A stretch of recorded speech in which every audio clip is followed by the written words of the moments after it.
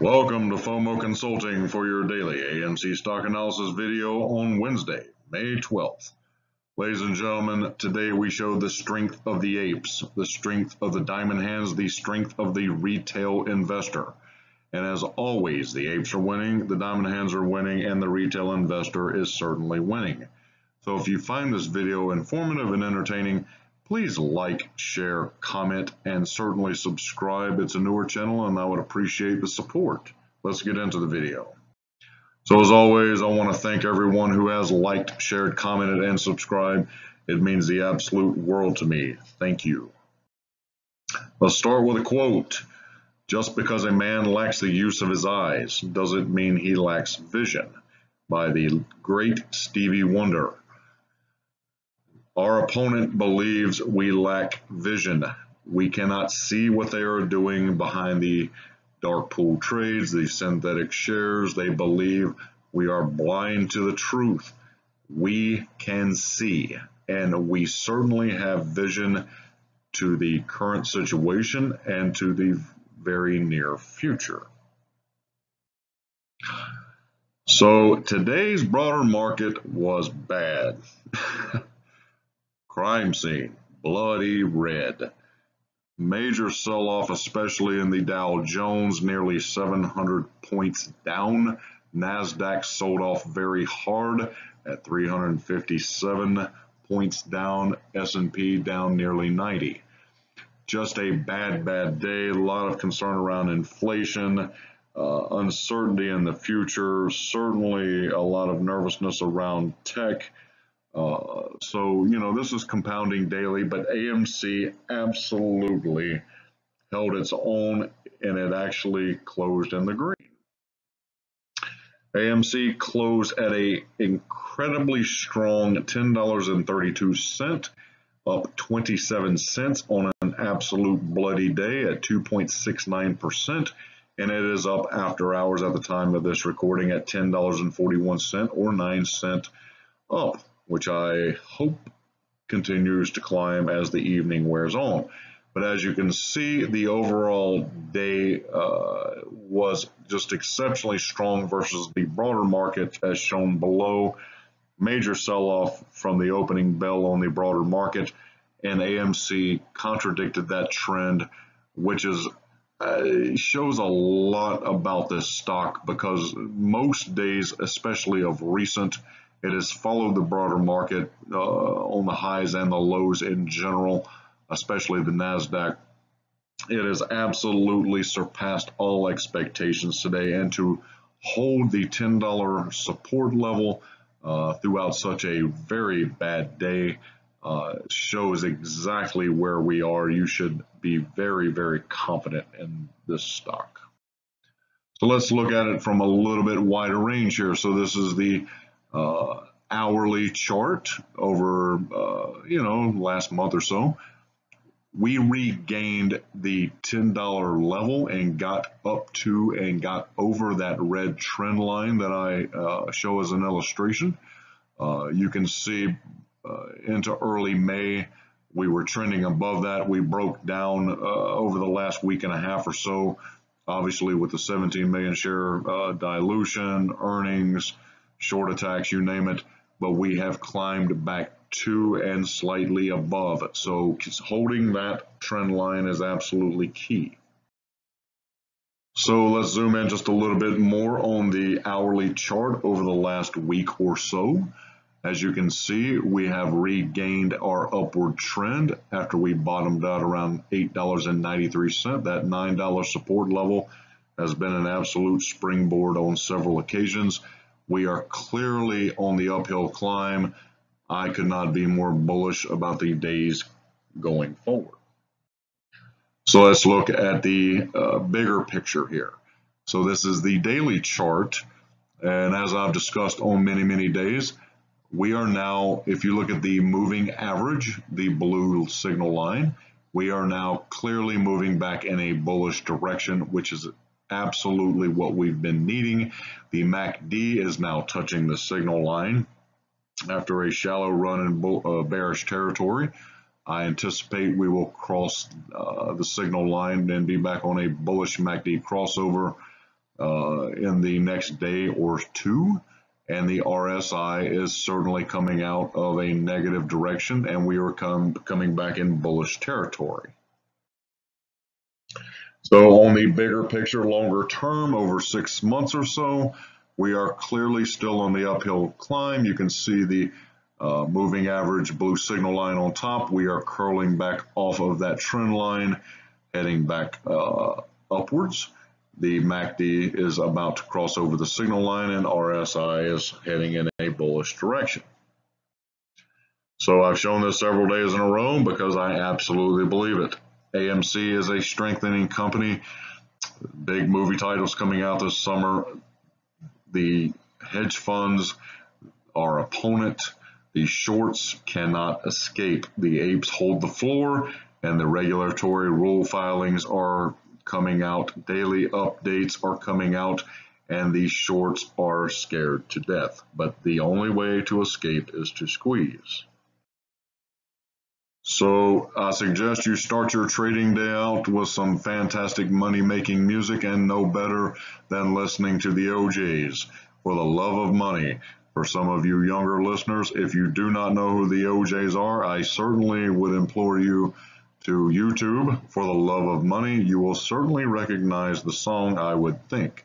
So again, no better way to get your positive energy going before market open, listening to some money-making music, right? So I've shown this several days in a row, but it is worth repeating. Leading up to earnings in March, we were heading in a bearish direction. From the time of earnings and moving forward, we shot up to $14.54. That is an absolute key level, and I have talked about that several weeks in a row now. So let's see what these guys were up to. So this is as of market close yesterday. Return shares were nearly 2 million shares, but they borrowed 1.7. So they actually returned 280,000 more than they borrowed. That's good news. So let's look at how the market opened today. Around 9:30, they returned 830,000 shares. At the same time, they borrowed 781 shares, which means they returned 49,000 shares. So you can see they're trying to get out of these short positions. The cost to borrow average was at 245% as an average. So around midday, they returned 1.79 million shares and borrowed 853,000, which means they returned a difference of 932,000 shares. Good news. Cost to borrow came down just a little bit, and due to that at 242%. So let's look at market close. They returned 5.44 million shares. Wonder where they got those. But they borrowed 4.92 million, which means they returned 519,000 as a difference. They have been recycling these same 5 million shares since I've been observing this since last week. It is rinse and repeat. But if you look at what they've done, specifically to the cost to borrow average, they started out the morning at 245%. Through recycling, they dropped that cost to borrow average down 129%. You see what they're doing. So let me try to illustrate what is happening here. So they started with a surplus of 280,000 shares as of market close yesterday. That's good. So as you can see, this is the minute chart from today to show a granular look at this. Market open, we popped up, right? Because they had shares to cover. But immediately they borrowed more shares and shorted it right back down. They began to cover those additional shares that they had borrowed first thing this morning, keeping in mind they already had shares available. The price they covered, price shot up, right? And then they borrow more shares and they short it right back down. Then they began a slow incremental covering through the algos, as you can see through the majority of the midday. Price shot up to $10.62 as a daily high.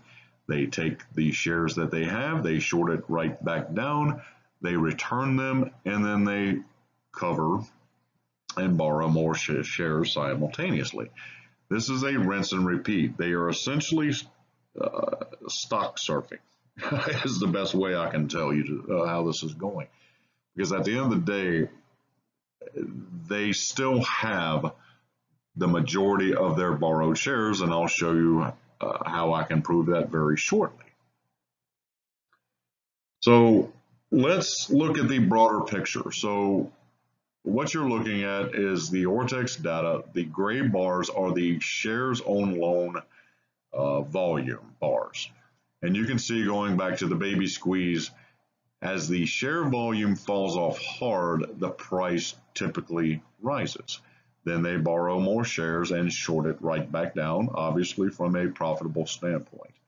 You can look into mid-March. You can see where, as we were running up to $14, they began quickly exiting their position. The borrowed share volume plummeted, and then they shorted it on the other side to bring the price back down. Those are thick, heavy bars. If you look across, that's just a constant flow of borrowed share volume until the last 2 to 3 weeks. So if you look over on the far right, the borrowed share volume is far, far less. It's more sporadic.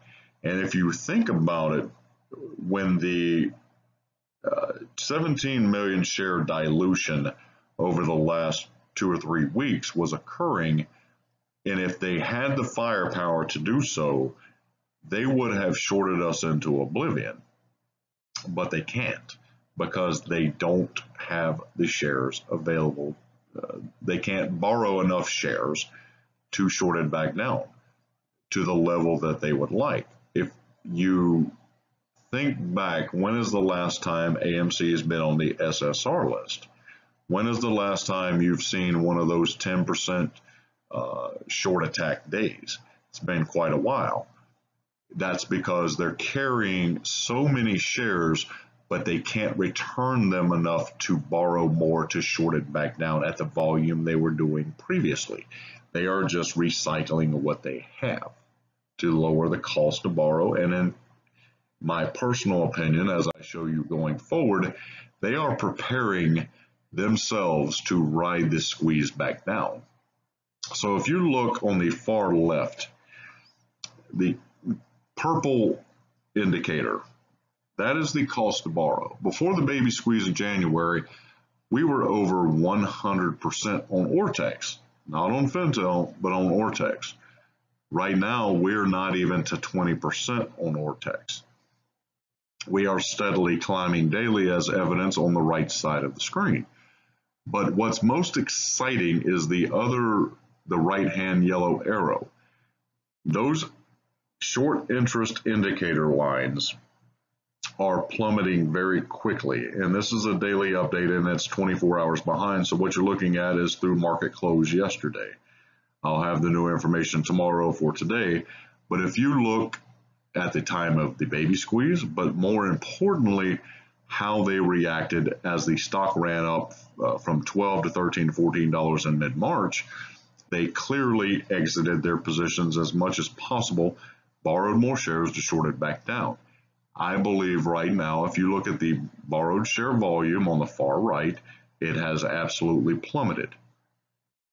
The indicators are indicating that the cost to borrow is going up. We're still at 100% utilization. So let me show you this going forward. So this is a closer look at the mid-March time frame when we got to $14. As soon as we crossed around the $12 to $13 line, they ran for the hills. They got out of their positions. They covered, which is why in many ways the price ran up, and they borrowed more shares and shorted it right back down. They do not have that ability right now. So let me show you one other interesting aspect. So at the left-hand yellow arrow is around the time of the GME squeeze costs, AMC, you name it, late January. This is the NASDAQ chart on the daily. The NASDAQ at that time plummeted that week around 600 to 700 points.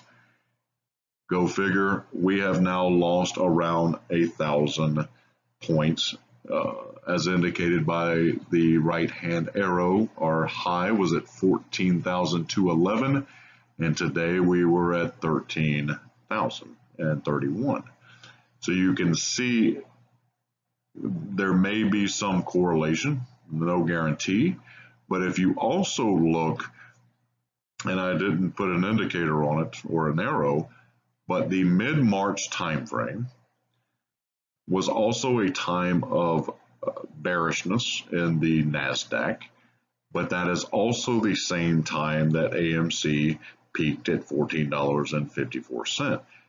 For whatever reason, we reacted adversely to the bearish fall off in the NASDAQ. I think these are key indicators because these trends, as the NASDAQ goes down, we seem to rise in price and have a bullish run for whatever reason. So let's look at the options data from today. The far right side is yesterday's data. The far left side is today's data. There was a lot of hedging bought on the put side today versus yesterday between the $6 and $8 level. No doubt that is hedging, because at the $15 strike on the call side, there was a 15,000 contract increase. There was also a major increase around the $13 call strike level. So you can see they are spreading money around. They are preparing for something. They are certainly hedging. Today being a Wednesday seems quite odd, and this is a expiration of this Friday on both charts. So again, there was a huge pickup in volume on both sides. But as you look at today's largest purchases, there were hedges on the May 21st expiration on calls and puts of 1,000 contracts each. But then as you look down the sales, they were clearly very, very heavily bullish. So let's look at the overall sentiment buying this as of today. We are in extraordinary levels of 4.62 to 1 calls versus puts, nearly 5 to 1. That is absolutely huge. It shows extreme bullishness. Just last week, we were about 2.5 to 1. So we are picking up the sentiment. It is certainly in an extreme bullish direction. So let's look at the Ortex short data. Exchange reported short interest today is about flat. Estimated short interest of free float is actually gone down. Again, the indicators show that. They are, I believe, beginning to reset or get out of their positions in some capacity. Percent free float on loan is about the same as yesterday at 36.6%. Shares on loan are about exactly the same. Again, the recycling, 153 million, give or take. Days to cover is incrementally rising every day. I believe this is putting us in the 4 to 5 day range, just my opinion, at 1.74%.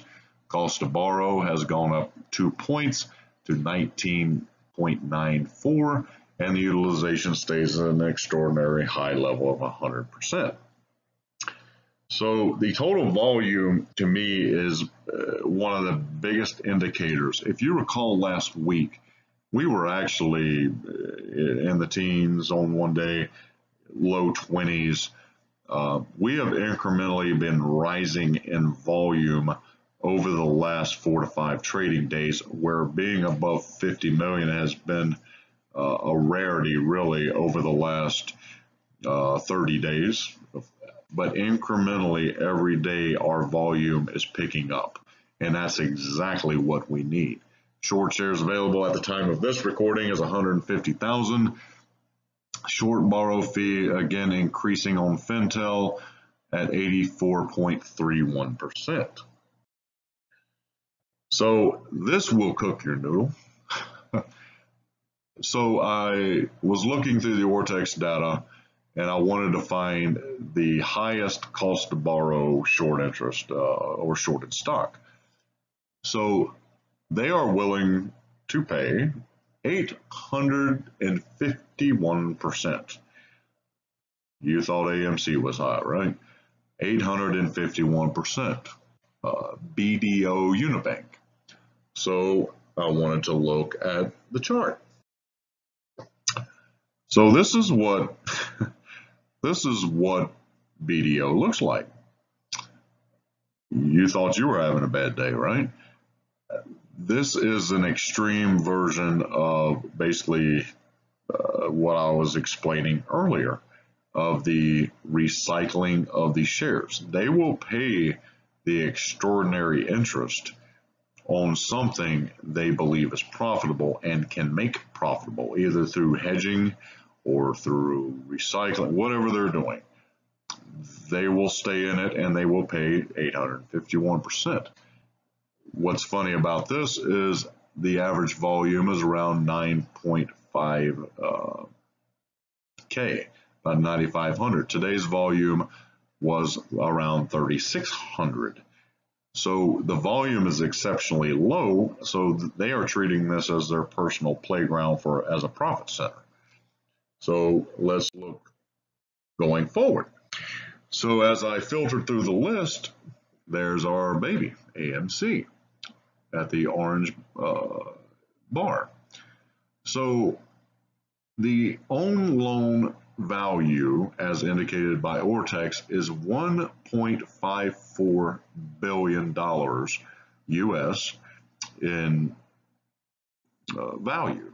That is what Ortex is claiming. So I just did quick and dirty math. If they were as an average cost of $9.50 as a short position, that would be 158 million shares to cover that value of shares on loan from a dollar perspective. So you do your own math. I'm just showing you the data, but AMC is extraordinarily shorted. The percent of free float is one of the highest. Days to cover are quickly catching up, but again, I just want to show you this at 1.54 billion, as indicated by Ortex, is extraordinarily high. So as always, ladies and gentlemen, I have skin in the game. I had a green day, but I am diamond hands to the end. This will squeeze, I believe, sooner rather than later. All of the indicators are clearly heading in a favorable direction. Now is just a matter of time.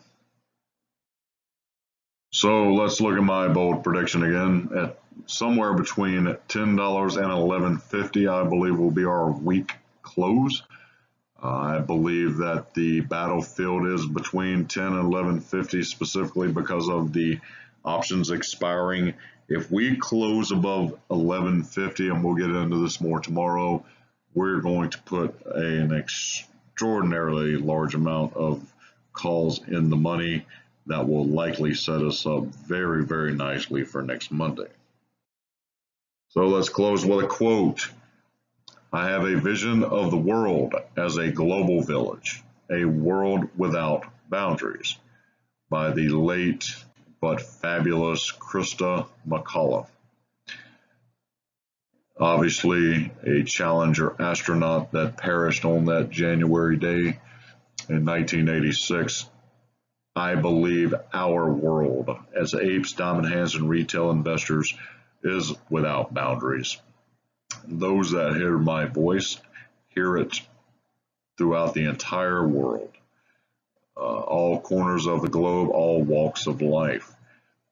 We are a global community. We are a global community of apes, diamond hands, and retail investors, and I could not be more proud than to be part of your world. So I want to thank you as always for watching. If you found the video informative and entertaining, please like, share, certainly comment, and most importantly, subscribe. It is a newer channel, and I always appreciate your support. Again, thank you for watching, and I hope your life is full of green candles. I will talk to you soon. Bye-bye.